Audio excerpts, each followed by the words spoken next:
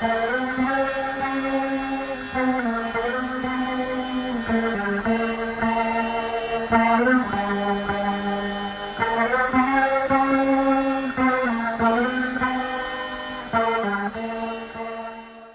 Krishna. Namo Vishnu Padaya Krishna Prishtaya Bhutle Srimate Bhakti Vedanta Swami Iti Namine Namaste Saraswate Deve Gauravani Pracharine Nirvishesha Shunyavadi Paschatya Deshatarine. Hare Krishna. I'd like to welcome all our viewers for our discussion today. My name is Tapan Mishra Das and I serve as the Executive Director for the Ministry of Education of ISKCON. It is a very important objective for the Ministry of ISKCON to establish Srila Prabhupada's books as the primary motivation that every member of ISKCON seeks its inspiration from in order to develop all of their programs. In order to pursue this very important objective and to evaluate that Srila Prabhupada's books are indeed the basis for everything that we can undertake in our spiritual lives and our lives in general, we are conducting a series of interviews. And today we have our first interview with His Grace Keshavananda Prabhu. Keshavananda Prabhu is based in India. He's by profession or by his qualification, actually he's a full-time brahmachari. By his qualification, he's a doctor, an MBBS in India, but he's given his time since his education completely for serving ISKCON. Currently, he's written several books. He travels widely across various parts of the world to speak about Krishna consciousness, encourage devotees to practice, and address many topics with respect to science and spirituality as well. So I would like to welcome His Grace Keshavananda Prabhu. Yeah, Hare Krishna. Hare Krishna. Thank you for agreeing to interview you today. And it's an honor to have you with us. So let's begin our journey on exploring Srila Prabhupada's books as the basis. Keshavananda Prabhu, please share with us what was your first encounter with Srila Prabhupada's books? Well, I was in college studying in my final, I think in second year MBBS. And there in Udupi, which is actually hub of Madhva Sampradaya. And we used to go daily from after my class, after my clinicals, I used to go daily to Udupi Mutt, have darshan of Krishna. And somehow one day I found some book distributors there, ISKCON devotees standing on the table. And I asked them, what's this? And they said, this is Prabhupada's cassette, Hare Krishna cassette. We used to get cassettes in that days, Hare Krishna Dhun. And then some books. I was a little reluctant, but they forced me as usual, how it happens in book distribution. I took it. And then I heard Prabhupada's Hare Krishna Dhun, very intrigued by that. I read Prabhupada's book. I think I got teachings of Lord Chaitanya. They gave, it was a pretty happy book. I don't know why they gave me. But anyway, Prabhupada's every book is life-changing. So I read that and it changed my whole paradigm and view. And then of course, there were some devotees already in the hostel. I connected with them and then I just got connected to ISKCON. Then there was no way looking back. Do you remember anything from the first time when you read Srila Prabhupada's books, anything striking that has still carried on in your heart? Of course, cycle of birth, death, disease, old age. This was the sentence which actually, this is the aim of life. This is got to be the aim of life. And it just hit me. Well, certainly your life is transformed as we can see how you're leading your life. Would you like to share with our viewers, why do you feel it's very important to read Srila Prabhupada's books and that to read them regularly, daily, every single day? Yeah, actually, this is a very good question, by the way, because so one thing is that Srila Prabhupada's books sets a mood of understanding his mission. And that's very important because nowadays, as we see, there are so many books in the market published by so many printers, so many acharyas books. That's not bad. I mean, there are so many books. but it also tends to confuse people, because then they go beyond adhikar, their level, they are reading intimate pastimes and whatever. But in the process, they lose the basics and the foundation of Krishna consciousness. So Prabhupada books sets a mood, and Prabhupada books brings us back to the foundation of Krishna consciousness.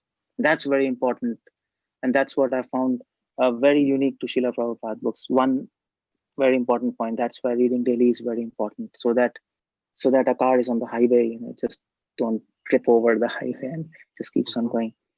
Second thing, daily reading books, Prabhupada charges us to preach. So I mean to say, I've given many seminars in all over the world about Prabhupada books, and I always tell, if you read Prabhupada books, don't read them on the 4th floor of the building, because if you do so, then you'll jump out of the window and just say Krishna is supreme. So it keeps on charging us.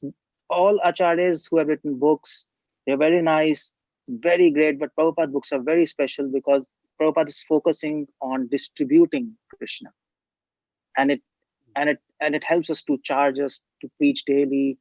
So by preaching, I don't mean giving pandal programs. You have inspiration to speak to somebody on the street. I mean, you just go and talk to somebody and tell them this Krishna is supreme.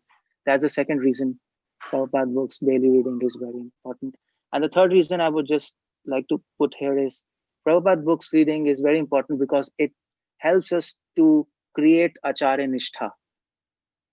Because I mean to say, so we can read, there's so many books. We can read Vishwanath Chakravarti Thakur books, Narottam Das Thakur, but our acharya is Prabhupada. And when the same thing comes from the Jiva Goswami, all parampara is given the same message. But when the message comes from Prabhupada, our nishtha is for our acharya, Srila Prabhupada. And then in the process, we don't just become attached to the message, we also become attached to the personality and our acharya. And it helps us to keep on the track that whatever we are doing for Krishna through Prabhupada, or for parampara through Prabhupada. So these are the three reasons what I think very important to keep in mind. What does this word nishta really mean when it comes to books? Oh, actually, this acharya nishtha is a very important word in Sri Sampradaya, Madhva Sampradaya, especially Sri Sampradaya, Vallabh Sampradaya. And what that means is, as disciples in parampara, we tend to meditate on Krishna within the heart of our acharya. So nishtha means whatever we are offering to Krishna, we are doing through our acharya. That's a nishtha, faith that Krishna might or might not accept our offerings. But if it goes through Prabhupada, he will accept it. So the whole idea is, so this is the theoretical part of that. Practical part is, if there is any contradiction, if we find any contradiction because of lack of ignorance between Prabhupada teachings and previous parampara, we have to take Prabhupada teachings at the forefront. That's very important. Of course, the first thing is, the first strategy would be to reconcile Prabhupada's message with previous parampara. That's very important because we can't neglect previous parampara's message also. But if there is a choice, a very vivid choice, if you want to tell, then Prabhupada is our acharya. We will accept his conclusions and not the conclusions of parampara. And not because our parampara is wrong, but because we know Prabhupada can understand the conclusions of parampara much better than us. I mean to say, of course, he can understand. We are nothing. So this is called as acharya nishtha. That's the point of nishtha. Firm faith in his guidance, in his teachings, and firm faith that he can understand the conclusions of parampara. And following him, we can dedicate ourselves faithfully to parampara. That's the whole point. The way you just explained it, it seems obvious that you have this nishta and strong faith. Often we hear this phrase, Prabhu, which is that Srila Prabhupada lives forever in his books. Do you have any personal realizations or experiences that you can share with us? Yeah, Prabhupada himself said that I will forever live in my books. Bhaktivinoda Thakur said, Vaishnava doesn't die and he lives forever in his words. So as far as personal experience goes, when I started going to the West, I think around 7-8 years back, traveling to the West, and I mean to say, I had also visited West previously, but not with the vision of Srila Prabhupada books. But this time, when I started going, I could immediately realize that place West is completely full of materialistic ideas. And I could see West through the eyes of Prabhupada. I could feel that Prabhupada is there with me and he's showing the reality of the West, where materialistic people are attracted towards glamour of the West and all these, the concepts, Western concepts, which are so appealing. But if you see through Prabhupada eyes, through Prabhupada books, which I could see by his mercy, I could see it's all bogus. It's all nonsense. It's all taking us away from Krishna. It's a fully materialistic civilization. And that's there I could feel that he really lives in his books. The point is when the time and circumstances comes in our life, I mean your life, my life, we will feel his presence through his teachings, and we will be able to take proper decisions in life. So then I could speak to the public in the manner how Srila Prabhupada wanted and explain them what's wrong in their civilization, in the Western concepts, very soberly, and people understood. I mean to say, some understood. That's the whole point there. So when somebody says that Srila Prabhupada lives through his books, do you have some experiences where, besides what you just shared as an anecdote, which is where you could see it turning out true, do you have any personal reciprocation with Srila Prabhupada through his books? Well, what's this question? Can you specify the question? Is it personal experience? Well, some devotees state that they were looking for a certain solution in their life. They were facing a particular problem. Some devotees say they were looking for inspiration, where to go next in their life. And they felt that they pick up the Srimad Bhagavatam, the Chaitanya Charitamrita, Bhagavad Gita, and it's almost like Srila Prabhupada and through the books, Srila Prabhupada is speaking to us. Some devotees have problems amongst each other, managerial problems and other things, and they're able to find solutions. So do you have such experiences? Actually, I think so at a point in my career in Krishna consciousness, a point came many years back where I was completely confused. I mean to say, it was a very genuine confusion. And previously I used to think, nothing can confuse me because we are in spiritual line, but we don't know how Krishna works. Krishna sometimes he just hits on the point where he knows he has to hit and we'll be disturbed. And he did that. And I was completely confused, spiritually especially. And then of course, I resorted to Prabhupada books, because you can't sometimes discuss confusion with everybody. And especially this kind of confusion I was facing. So I read Prabhupada books and I was reading Bhagavad Gita, 12th chapter and 2nd chapter. And again, would we be intruding you if we asked you what that confusion was? If it's not too private, would you like to share that? Yeah, it's really private. I don't want to share that. Okay, but, all right.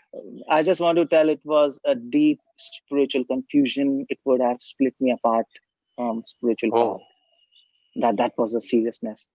So, but then I read Prabhupada books, and again in Gita, that theme was coming. Krishna was saying, Prabhupada's writing, don't get disturbed in cold and heat, and is it dishonor and honor? And that theme again, 2nd chapter, 12th chapter, do not get disturbed. Sita buddhi, dhira. And I read that, and I was completely taken over by that concept which is repeating in Gita, which Prabhupada is emphasizing. Prabhupada is saying, in Krishna consciousness, nothing should waver you on the service of Krishna. And immediately my mind was completely settled, and I could feel Prabhupada is speaking to me. He's guiding me. He's saying, no problem. Krishna is testing. It will pass on. Keep on continuing. And it did. And I was very peaceful. And by that incident, many realizations came after that incident. I was very thankful to Prabhupada and his books that he saved me from actually tripping over. And that was a real experience I got. On this point, I would like to ask you something. We come across often a situation where devotees they've read Prabhupada's books maybe once or twice, and they develop this attitude that I know what's there. I know what's there. I've read it. The word becomes a word. It does not remain alive anymore. No. Could you, from your experience, could you share with us when does that happen in one's spiritual life, and why does it happen? And what should one do to recover from that tendency of our mind, of our heart, to start feeling, I know what's there. It's the same thing again and again. Every purport I read, the next one is also talking the same thing. That's a very good question, actually. If there's something you could share with us. I got a question. And actually, this is the question which I used to deal when I was giving seminars in the West on reading Prabhupada books. Primarily this question. And the whole seminar was geared basically for this question. My seminars were named as Simple Yet Deep. So Prabhupada books look simple, and of course it looks often repetitive if it is read from very superficial platform. But the whole idea is it's very deep. Every line of Prabhupada has a different concept. Now your question is, many devotees have this syndrome. We know spiritual birth disease, oldest Krishna, supreme chant, Hare Krishna, and it's often repeated the same message again and again.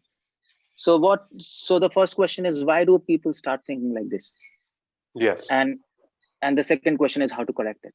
If there is any solution, we don't fall into this. That's right. That's right. So the first question is, why do devotees have this problem? So let me put from experience, how many devotees have this problem? 90% of devotees are facing this problem. Sorry, say that again. 90% of devotees experience this problem from my big experience. Number. Whomever I have, big number, actually, big number.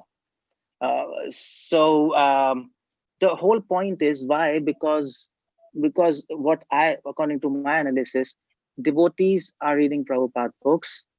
First of all, they are not reading in association of good devotees. Good devotees, by here I mean good devotees, some knowledgeable and philosophical devotees. So mostly devotees are congregating. They are nice, simple devotees, but I think they have to associate with some philosophical person, an advanced devotee who can actually show the depth there. That's the first point. Of course, devotees are hearing lectures on media, YouTube, and so many platforms. But that doesn't suffice. You have to have a personal person, a guidance, a personal person whom you can ask, who can show you, see, this is a depth there. Second problem is devotees have not read all Prabhupada books. That's very important. They have read Gita, they read Bhagavatam, and that too, like cherry picking from here and there. And very few devotees have read morning conversations. Very few devotees have read room conversations. Very few devotees have read letters. Very few. And that's why they can't get the holistic picture of Prabhupada books. So Prabhupada is speaking some practical things in room conversations and some managerial aspects. From that view, he's presenting Krishna consciousness. In morning walks, he's presenting Krishna consciousness from preaching, from scientific preaching, and defeating empiric philosophers from that view. In books, he's giving a theoretical understanding, of course, with his realization. And letters, he's giving practical realizations. When you read all those, and then you read Prabhupada books, then we will read in a different light. Then we will know what the author is intending to say. And that's very important.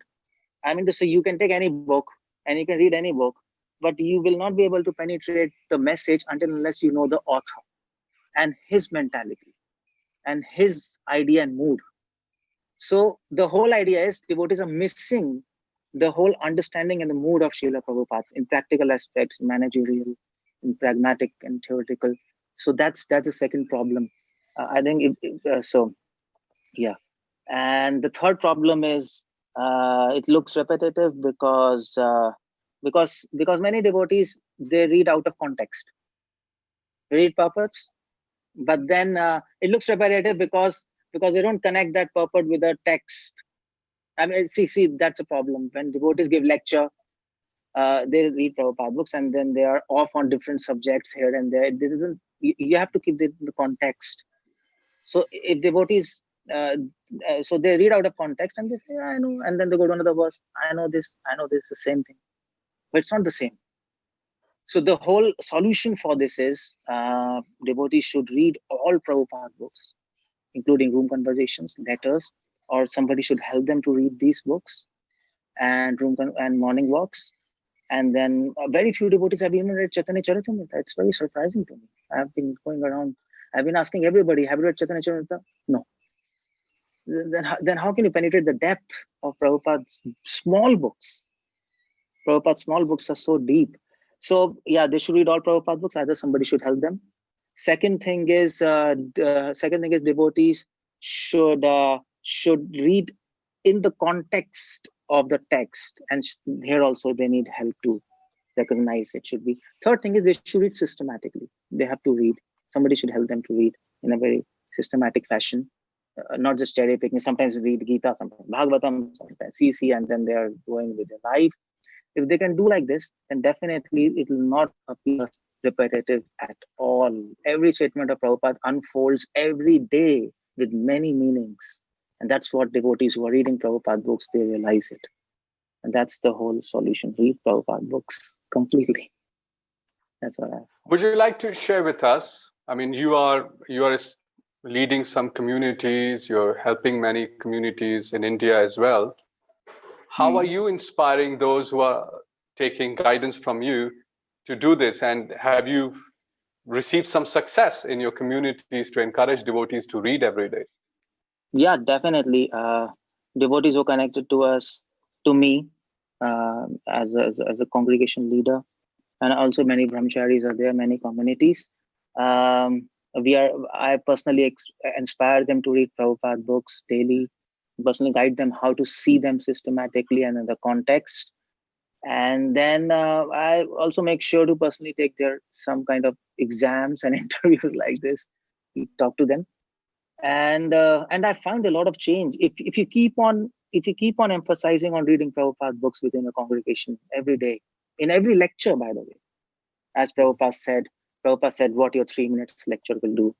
You have to give books and ask them to read books. So if we emphasize again and again, devotees will read and they find it very encouraging. And then I've got responses. Devotees said the same thing, what you just told. I found everything same, but now when I'm reading other books and then again coming to basic books, books are coming live again with every statement speaking so many meanings to us. And that's what I'm seeing a change, practical change. Prabhu, you shared when we started off, you shared an anecdote of how it was when you traveled this time to the West, and you could see what Prabhupada was seeing was happening in the West. In Srila Prabhupada's pranam mantra, Paschatya Desha Tarine, Nirvishesha Shunyavadi. Is there something from Srila Prabhupada's mood and mission, which is expressed in his books, in his lectures, in his talks, that you were able to understand better by reading and associating with the books and not just, hearsay? Something personal, experience and realizations that you may have had with respect to Srila Prabhupada's mood and mission. Yeah. This is, I would like to just reiterate my point there. I mean to say, when I read Prabhupada books, previous to, of course, all of us, previous to becoming devotees and reading Prabhupada books, we were reading other books, but we couldn't see behind the curtain and behind the scene what's around us. And Prabhupada books helped me to see behind the curtain and behind the scene, behind what is, especially Prabhupada books, it's so practical. Prabhupada is speaking about politics, Prabhupada is speaking about economics, and especially in Bhagavatam purports, Prabhupada is speaking this. So, and often people say why Prabhupada is saying about oil in Bhagavatam purport, where, but Prabhupada is a genius. Prabhupada, genius is also less term, more than that.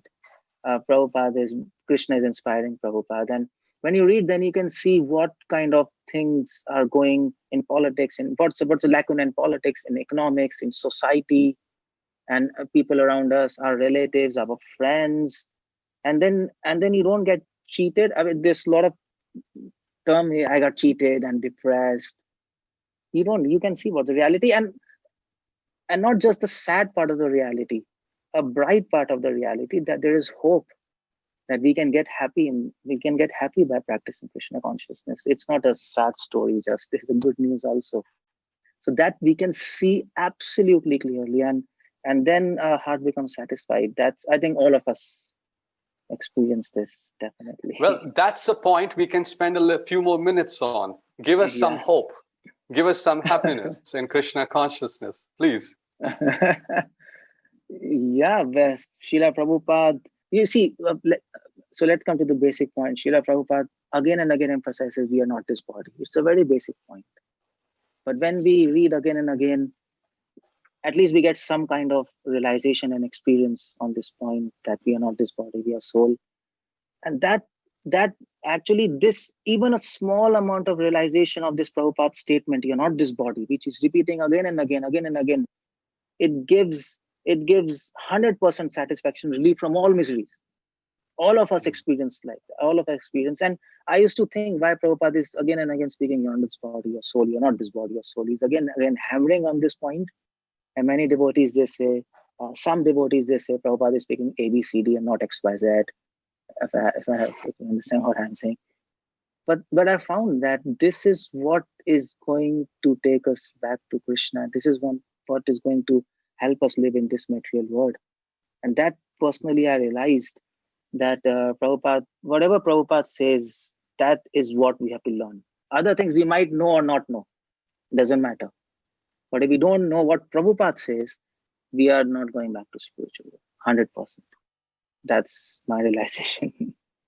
Very, very, very strong realization. Thank you for sharing that. I don't mind repeating it, that if you don't understand what Srila Prabhupada is saying, we are not going anywhere. Yeah. The books are known as the Shastras, and we often hear that we should try and look at the world through the eyes of the scriptures. So in our context, it is looking at the world from the eyes of Srila Prabhupada's books. Mm-hmm.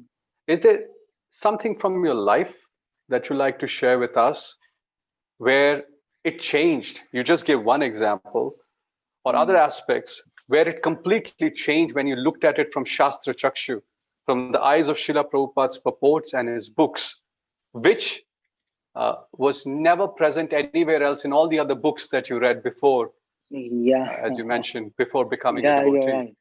Yeah, there's so many things. But one thing I like to say that when I read Prabhupada books, I read that there is no love in this material world. Love is only for Krishna.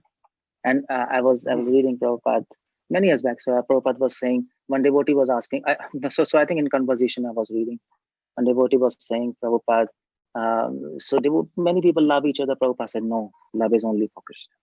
Everything else is lust. Mm-hmm. And it just hit me hard. And then I could see at that time I was a student, was reading Prabhupada books in my college. And I thought, we in this material world, we expect love. We just don't give love. We expect love from our parents, from relatives, this and that. And that's the hope of a life. Otherwise, we will commit suicide. But then here is a person who is saying there's no love. It's only for God. It's just lust. And then I could see, then I started analyzing from light of this statement. Is this love or is this lust? It doesn't look like lust. It looks like love, motherly love, fatherly love, friends love. And to understand this, it took me some time, to get a hangover of this, that it's all selfish. That is why it's lust. And relationship with Krishna, it's completely selfless. He is living for us, we are living for him. That is what a relationship. Here a relationship is I'm living for myself, partly for him, but for myself also. So that, and this changed my life. Then I became full-time. I just left everything. I don't know, if there's no love, I'm expecting love from everybody and it's only with Krishna, then why not just love him? That's all. And that Shastra Chakshu helped me to extract me from this material life. And that's one big realization I could say. It's heart touching. Thank you. That realization of what really love is. In order to encourage others to increase their reading, read every day, what have you found personally as some of the most effective ways of encouraging others in reading? You shared with us earlier that what are the obstacles, how to do it. Are there something else that you found across your travels? Yeah.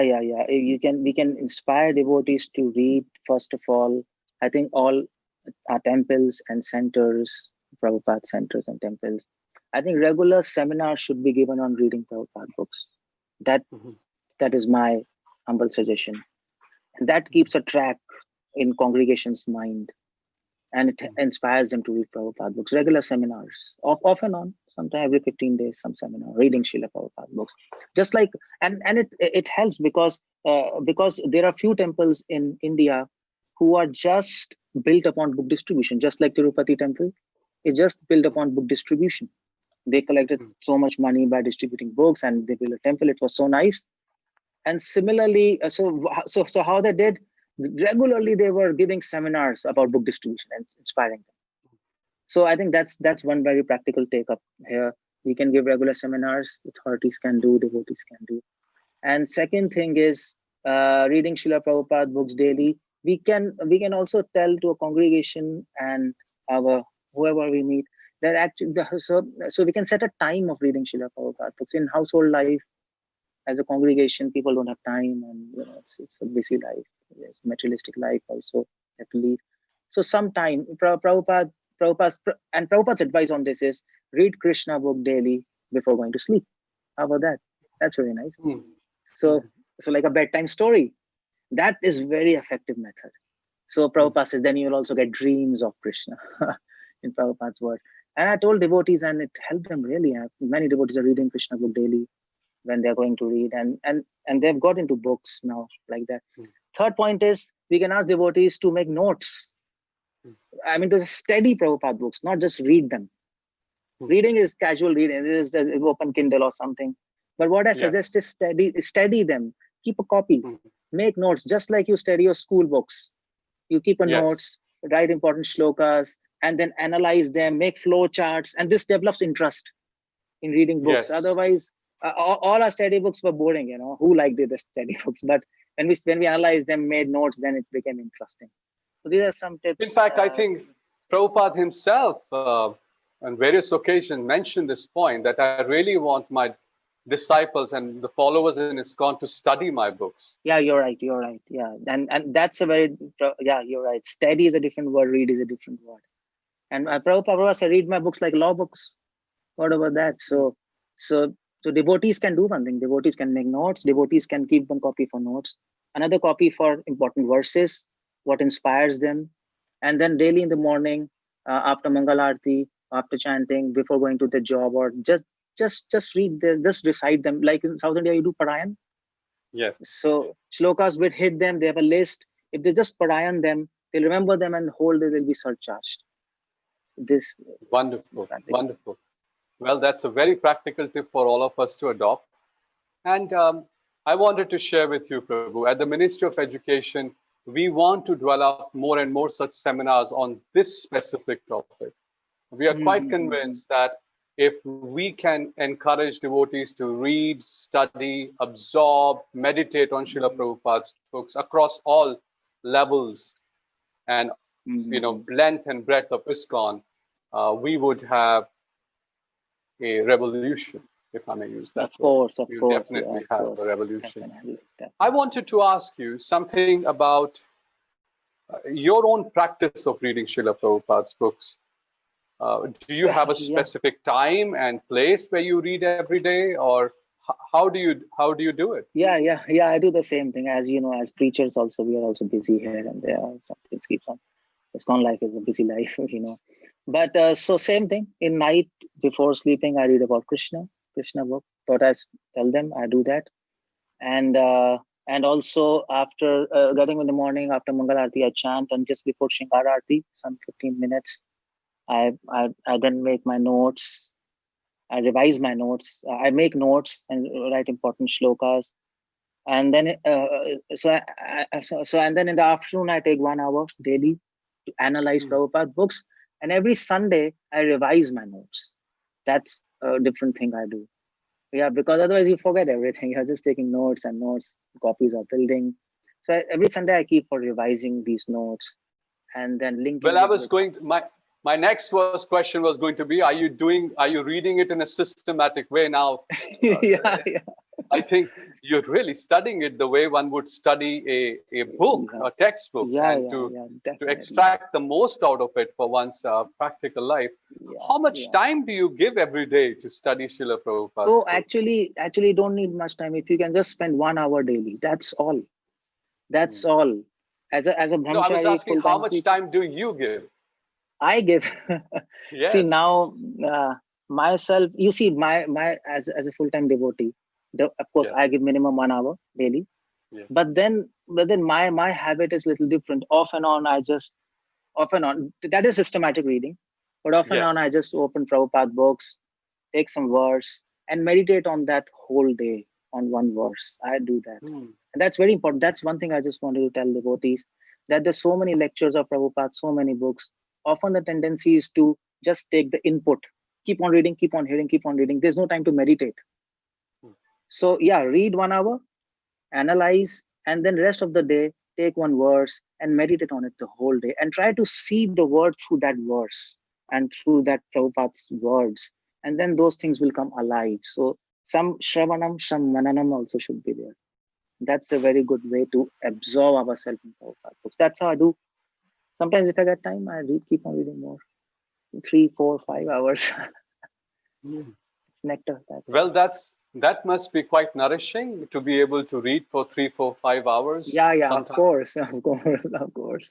Of course, I see Do so many you devotees. do Mm. you study individually, or do you read along with someone, or depends upon where you are? Depends. We are traveling in airport and somewhere. And if I'm traveling in airport here and there, I'm just reading if I'm alone. But whenever devotees are there, I prefer to read with them. If Do I'm you there in take a ashram, specific do you take a specific book and then try to go through it cover to cover? What are the other reading habits that you would like to share? Your own personal reading habits that you oh helps us. You shared with us. You take notes every yeah, Sunday. You revise whatever you have mm. taken notes of, and then the Yeah, night you're yeah, reading Krishna book. yeah. And one thing is, yeah, what I do is I read one. I try to finish one book. And Hmm. other things we are reading off and on. But one book Yes. I take, I finish it. As Prabhupada said in one of his, I think in one of his conversations, Prabhupada said, you should read my books in such a way that you don't have to read it again. The whole point is not we don't read again. Point is, Prabhupada said, absorb it, keep it, then go to another book. Prabhupada said, don't just keep on jumping here and there. Otherwise, nothing will settle in your mind. So what I do, I start a book, I finish it cover to cover, page to page, and then go to next book, and then finish it, then go to next book. Like that I do, and it helps a lot. It takes little time to complete, little patience. But once you're through, then you know the entire paradigm of Prabhupada books. You know what is where, page number, and the year number also, whatever, it's there in your mind. That's what I do, one book at a time. It helps a Prabhu, lot. somebody may question, well, it's all right for you, Keshwanand Prabhu. You're a brahmachari. You're a full-time person. But the others, we have so much work to do. We are working, etc. How do we go about it? Because we get overwhelmed. Even when we just see the number of books Prabhupada has written here stacked, we get overwhelmed. And then with that hesitation, we're never able to pick up. So what should devotees who are out there working, Oh how yeah, should they yeah. approach so that they can actually read the Srimad Bhagavatam, the Chaitanya Oh, Charitamrita? okay, yeah. This is a very good question. And the practical take for this, I like to say, there's some theoretical take also for this. Theoretical take is if we read Prabhupada books I mean, complete one book at a time, it might be overwhelming. We'll never finish these books in our whole life. It might seem, as a householder, that's what your question is. But the theoretical take is, if we read one book and absorb the message and the mood, it will keep on nourishing us in devotional life. And of course, then you might feel you're not able to finish the books. For that, some practical strategies. What I suggest to devotees is, it's not a norm. What I've experienced, it helps. I tell them, okay, you first read Bhagavatam from first to 12th cantos and CC from Adi to Shesh or Ante. just the translations of Prabhupada. Don't read the purpose first. So that can be finished like a storybook. They can just take it and read translations. So what happens by that? There's a feeling that, okay, I read these books, but that's not important. The important is they get a framework of the entire book.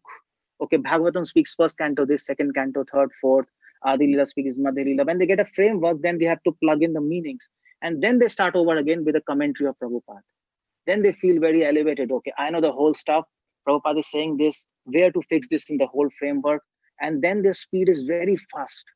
And then they don't get that lacuna. I have not read the books. Of course, I mean to say you can never finish Prabhupada books. That's one thing. It's you can keep on reading. But a practical take is like this. And it helps devotees a lot. Like Gita also, I tell them, okay, read translations first. And then you come back again, start reading purpose as well. So then devotees get very enlivened. They don't feel depressed. Again and again, they're thinking, I have not finished books. I have not finished books. I have not finished books. And the process, they're not able to understand even what they're reading now. And many devotees are benefited by this practical advice. Well, a lot of devotees, they say, we are attending the Srimad Bhagavatam lecture, which is one verse every day. And by that account, that's about 18,000 verses. We can all calculate how many years it will take to go by that. Why is it that devotees sort of take it that that's sufficient? You know, it's nice that we participate in the Srimad Bhagavatam class. That's part of our sadhana. But I don't know if it's your experience as well. You start losing the context if it's just one verse. Of course. Because how can you keep for such a long period of time, you know, for 18,000 days, how to keep the whole context? How do you inspire devotees to go beyond just the Bhagavatam class? Actually, this is another point which you added here. This is one point which I request devotees to read first translations because it builds the context. Correct. Otherwise, they lose the context. One verse, you know, and then parallelly come back again, then read commentaries and for Prabhupada. So then it keeps the context alive. But your question is, okay, how do we take devotees beyond like one verse and that's sufficient and inspire them to read all books?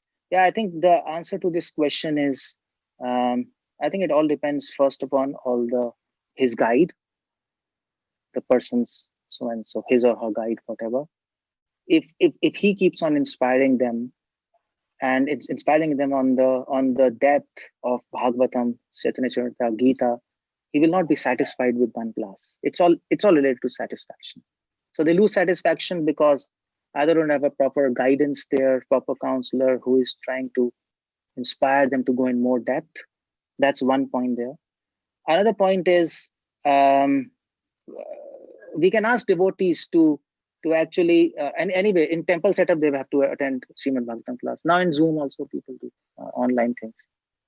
But if we ask devotees to make notes, I think this problem will be solved. Because when devotees make notes, then automatically, you know, from childhood we are wired like that in school training, and we start making notes. Our mind starts, you know, becoming active. We want more logics, more things. So automatically people start searching, and they start reading. I have seen this phenomenon in many devotees. I just told them, okay, make notes. And then after 1 month, I get a mail, Prabhu, I'm reading Bhagavatam at a super fast speed. I am not satisfied with Bhagavatam class. I want to read because I'm understanding logically.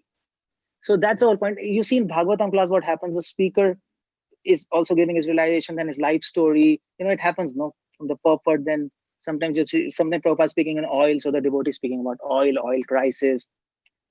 It's natural in lecture. You go in tangents, then come back, then open doors, then again come back, close the door. It keeps, that's a maze. Lecture is a maze.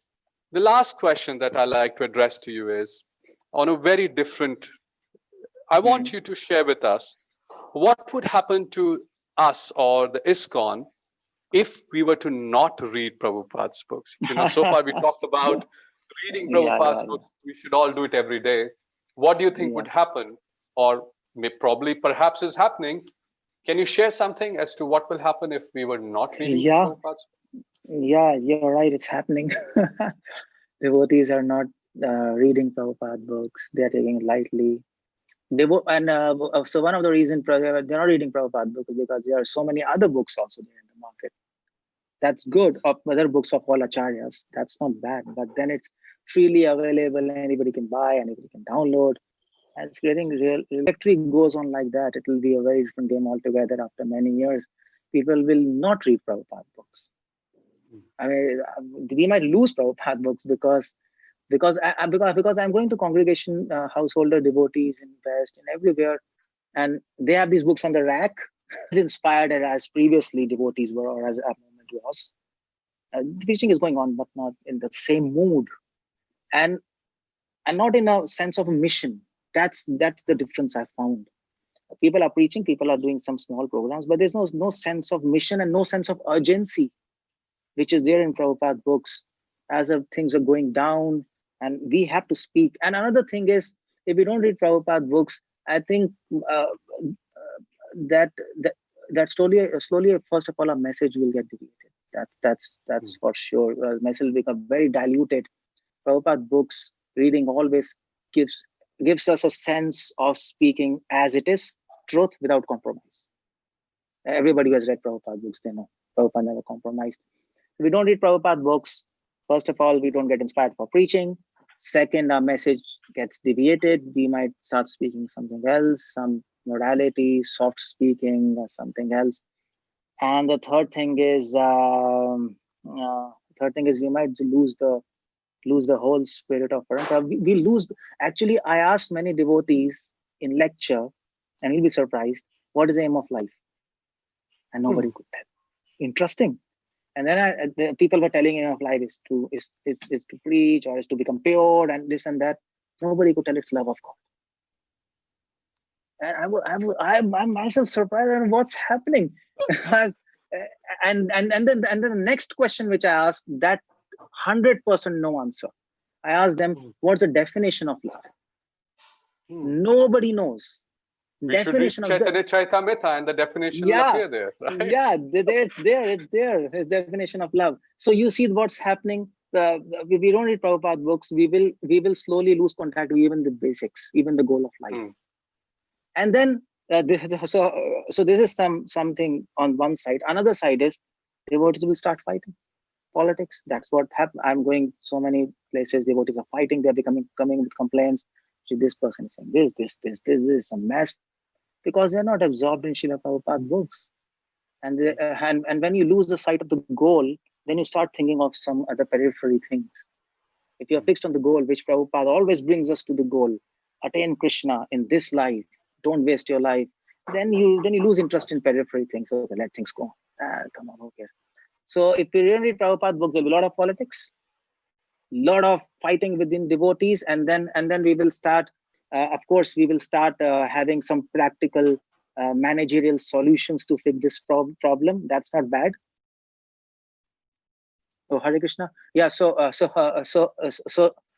devotees will start fixing this problem of fighting and management problems by some mundane solution, some managerial management seminars. That's not bad, but that is not the solution. The solution is reading Prabhupada books. Automatically, devotees will have a sense of mission. When the mission sense is there, then automatically devotees come together. That's not just new phenomena. Always in history this happened. As soon as devotees lose a sense of mission and the goal, it splits apart. No amount of strategy will work there. So this is going to happen if we are not going to read Prabhupada books. Our movement will split. Books are the basis. Books are indeed the basis. And you very kindly explained to us in the past 1 hour or so, you explained to us that how they're basis for our own individual spiritual life. Yeah. They're the basis for actually keeping the movement together, keeping our communities together, and keeping us all inspired towards the ultimate goal of life, which is to achieve Krishna Prema. Yeah, you're right. Well, Keshavananda Prabhu, we are very grateful for your time today. I hope that this would be a beginning of the many conversations we'll get to have with you on this topic.